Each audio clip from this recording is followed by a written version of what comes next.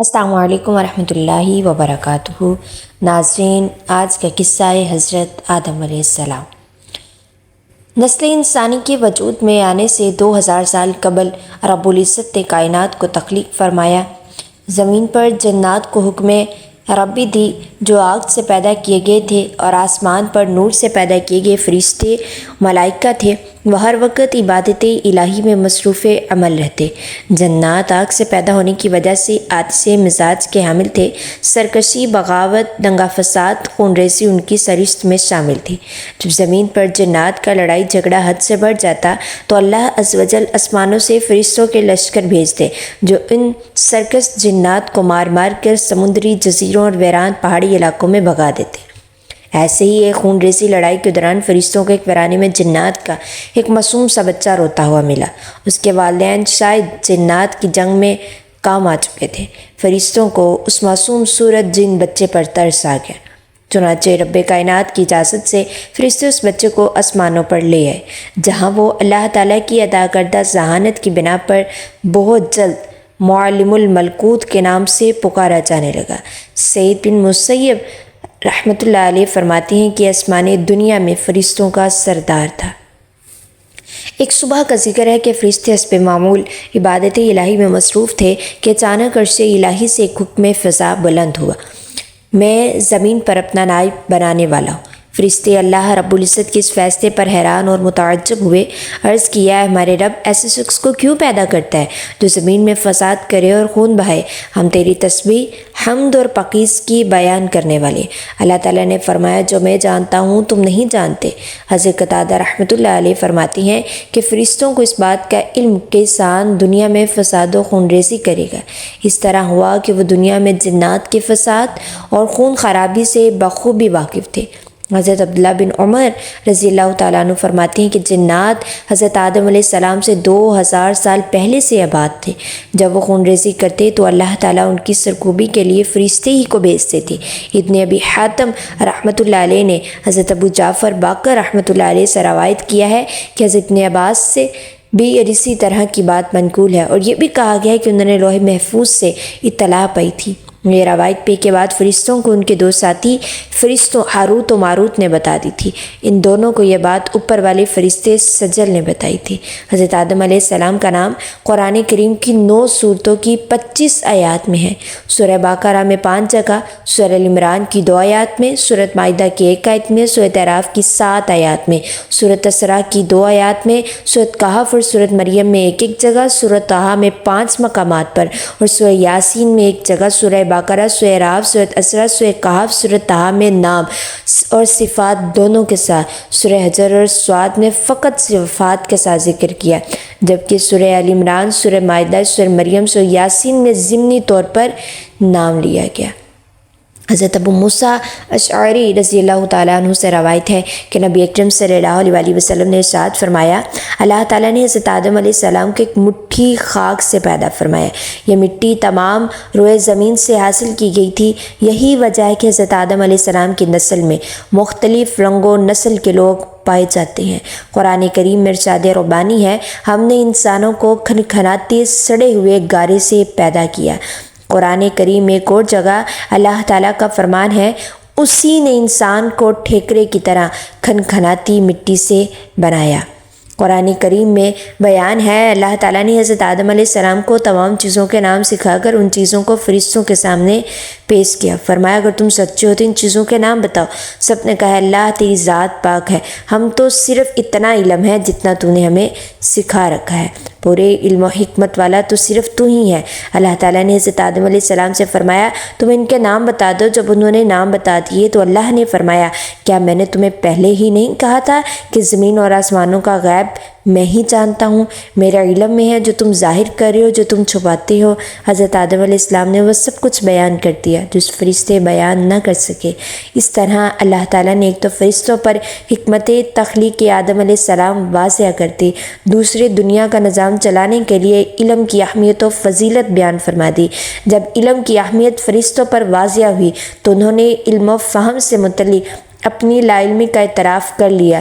فرشتوں کے اس اعتراف سے بھی واضح ہوا کہ عالم الغیب صرف اللہ رب العالمین کی ذات ہے۔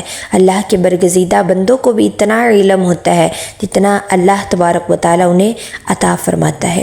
فرشتوں کو حکم ہوا کہ تم آدم علیہ السلام کے سامنے سجدے میں جاؤ۔ فوراً تمام فرشتوں نے اللہ رب العزت کے حکم کو مانا، مگر شیطان نے غرور اور تکبر کے ساتھ انکار کر دیا اور وہ کافروں میں سے ہو گیا۔ اللہ تعالیٰ نے ابلیس سے فرمایا، جب میں نے تجھے حکم دیا تھا تو کس چیز نے تجھے سجدے سے باز رکھا؟ اس نے کہا، میں اس سے افضل ہوں، تو نے مجھے آگ سے پیدا کیا، اس سے خاک سے۔ اللہ تعالیٰ نے فرمایا، تو بحث سے اتر جا، تجھے حق نہیں کہ تو یہاں رہ کر غرور کرے، پس نکل جا، بے شک تو ذلیلوں میں سے ہے۔ اس نے کہا، مجھے اس دن تک مہلت عطا فرما جس دن قیامت آئے گی۔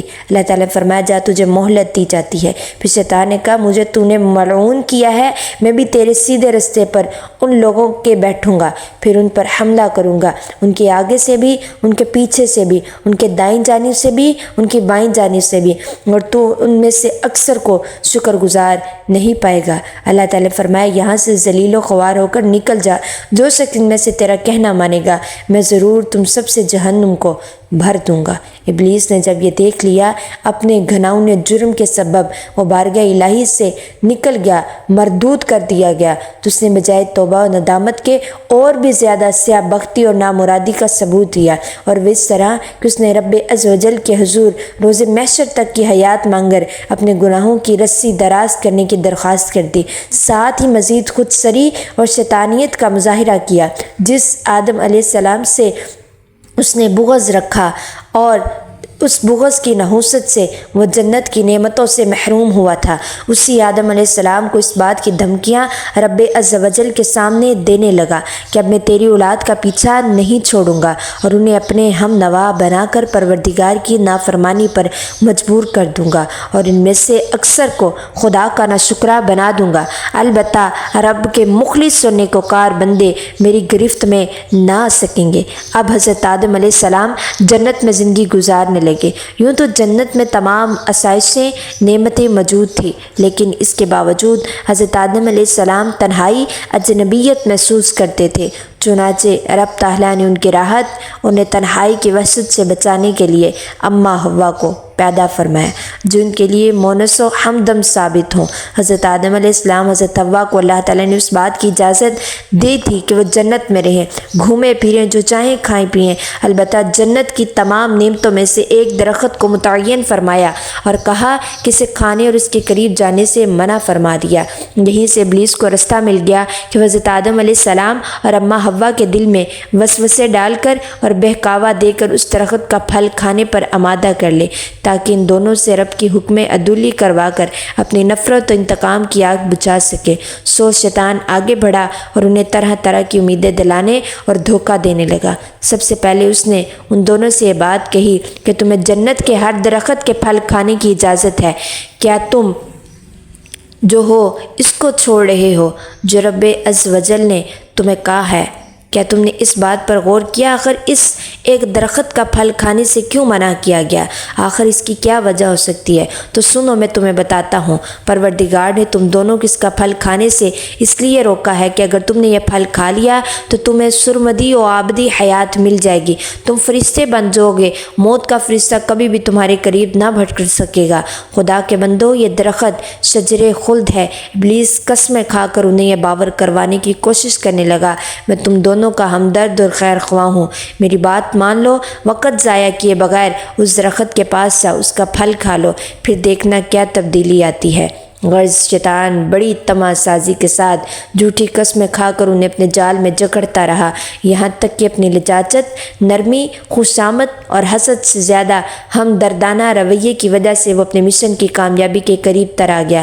حالانکہ ابلیس ان کی وہی درینہ دشمن تھا، ان کا درینہ دشمن تھا، اس نے حضرت آدم علیہ السلام کے خلافت الہی سے سرفراز ہونے کی حسد اور شدید نفرت کی بنا پر انہیں سجدہ کرنے سے انکار کر دیا تھا۔ خود خدا نے انہیں سخت ترین تاکیدی الفاظ کے ساتھ اس کی فریب کاری دھوکہ دہی سے بچنے کو حکم دیتے ہوئے فرمایا تھا، تمہارا اور تمہاری بیوی کا دشمن ہے تو کہیں یہ تم دونوں کو بحث سے نہ نکلوا دے، پھر تم تکلیف میں پڑ جاؤ۔ لیکن شیطان کی باتوں میں آ کر دونوں نے اس درخت کا پھل کھا لیا۔